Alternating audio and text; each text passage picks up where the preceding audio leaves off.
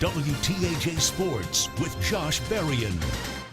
After winning the mid-pen outright and then going back to back as district champions, what do you do to prepare for your next opponent? Play volleyball. One has to wonder how his former lacrosse brothers and sisters feel from his switch from dominating from this field to this field. State College Spikes are going all in on the latest fashion trend. Fellas, it's time to rip the runway.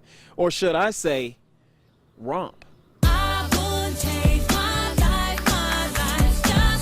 Should he decide to play in the Fiesta Bowl or not? Have we seen the last of Saquon Barkley in black shoes and basic blues? Your defense was wreaking havoc. 2 fumbles, 5 sacks, 1 interception. What is it going to take to repeat that performance tonight? Happy Thanksgiving, everyone. As you can see, I've got my to-go plates ready. I don't mess around. Neither does PSU on the gridiron. They move on to face Notre Dame Irish on Saturday, which happens to be St. Patrick's Day, so the Lions are hoping that luck will be on their side. The Nittany Lions wanted to make sure they were out and about, interacting with the community and reminding them to make sure that they have their game face on. Now, whenever you watch us on TV at home, you only see us from the stomach up. What about the shoe game? Tonight, I'm rocking the Nikes that need to be washed.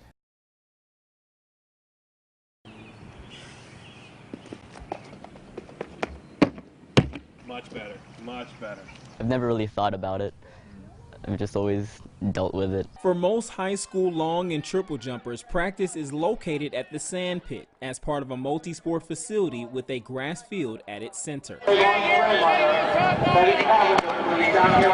For Bellefonte Jr. Moriel Fernandez, who goes by Momo, his practice facility isn't necessarily state-of-the-art.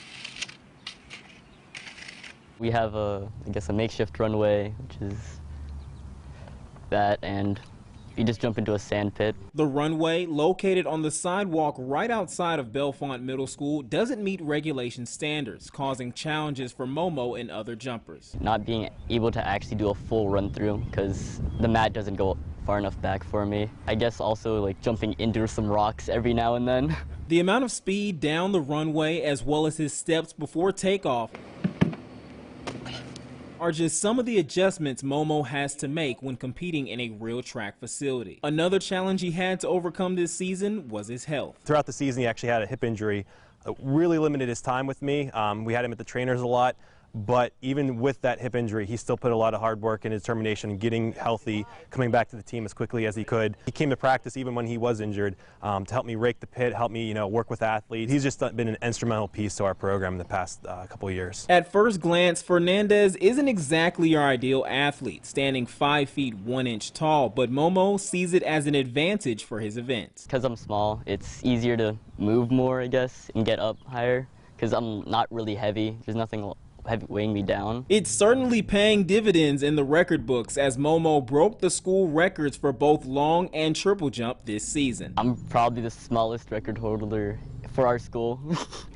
And being able to say I have the school records that are probably going to last for quite a while kind of makes me happy. Like, I'll be remembered here. What work he's put in this year and just his accomplishments from this year, it's just been really just a pleasure to be a part of. Despite his practice facility and early season injury, Momo looks to represent Bellefonte as one of the district's best as he preps to take flight at States in Shippensburg. In Bellefonte, Josh Berrian, WTAJ Sports.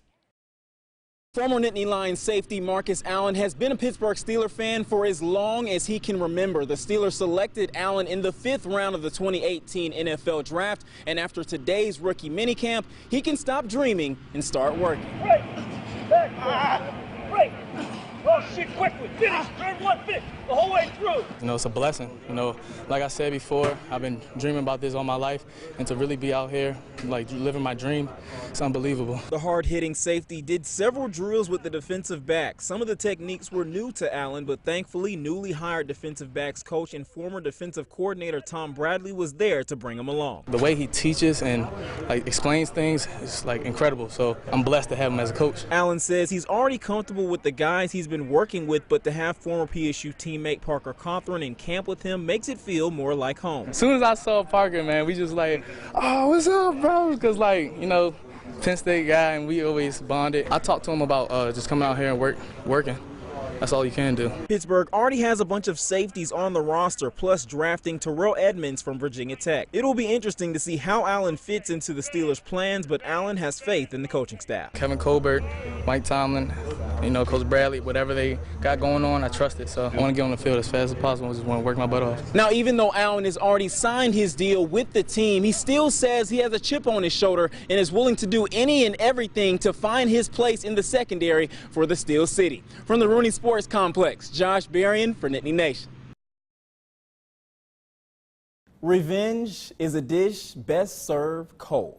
Or at least that's what Lawrence Fishburne said on the movie Ride Along. But that's exactly what the Nittany Lions wanted coming into today's game against their arch rival Pitt. PSU unveiling 2016 from last year's Big Ten Championship. First quarter, no score. Max Brown going deep. Cookies intercepted by Grant Haley. 47-yard return. That would set up Trace McSorley, who's going to pass to a wide open Mike Gesicki for the touchdown.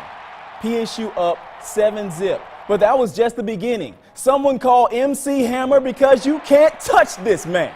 McSorley to Gesicki again. 10-yard touchdown. PSU up 14-0. Later in the second quarter, Brown, I don't know who he saw, but Troy Apke says thank you. Apke, whose parents were both athletes at Pitt, Mom and Dad, this is for you. PSU led 14-3 at the half. Second half, it ain't no fun if Saquon Barkley can't have none. McSorley to Barkley, 46-yard touchdown. PSU avenges last year's loss, winning 33-14. Nittany Nation's Jamie Baker has more. Now, baseball is still hanging around as we head to the minor leagues where Toontown has a 2-game lead over the Bowie Bay Sox. If the Curve win this game, they move on to the Eastern League Championship. Bottom of the second, Altoona up 2-0. Michael Sucky's grounder goes up the middle, shuffle pass to second. Bay Sox get the double play. Top of the fourth, DJ Stewart steps to the plate and gives this ball a ride on the roller coaster. 2-1 Curve lead now.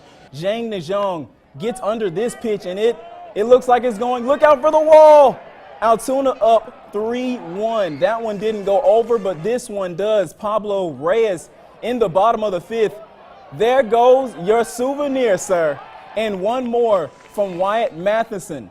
2-run homer this time. Altoona wins 6-1 and moves on to the Eastern League Championship, where they will face the Trenton Thunder. It's my favorite time of the year. Of course, there's the holidays, but I'm talking about basketball season, and we had plenty of area teams that went at it today, and we start with Lions Bank Holiday Tournament Championship between the Golden Eagles and Blue Devils. First half, Sakiria Harleson's like, I'm open, the lob, turnaround, scores.